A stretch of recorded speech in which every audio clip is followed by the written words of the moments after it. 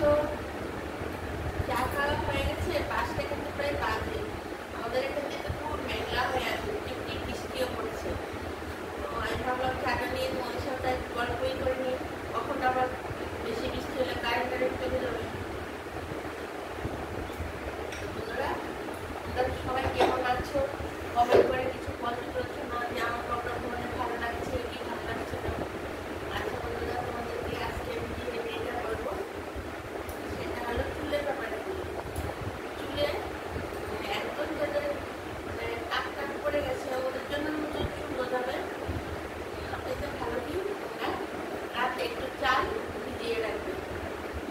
এই চালটাকে ভিজিয়ে রাখলে তারপর চালটাকে একটু পেস্ট করে নেবে, নরম হবে, এটা পেস্ট করে নেবে। ওই পেস্টটার সঙ্গে এলোভেরা জেল মিশাবে।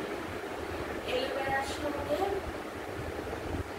তুমি আমাকে দেখি দেবে একটা ডিম দিয়ে তারপর চুলের মধ্যেটা ভালো করে এরকম এরকম করে তেল দিয়ে রাখতে সেভাবে এলোভেরাটা করবে।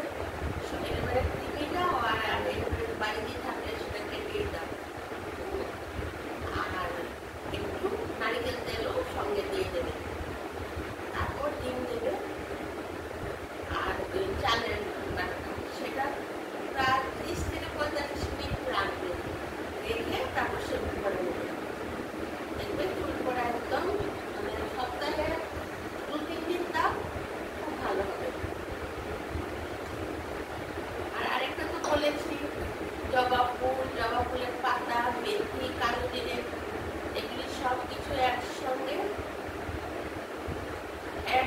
ফুটিয়ে নিয়ে তেলের সঙ্গে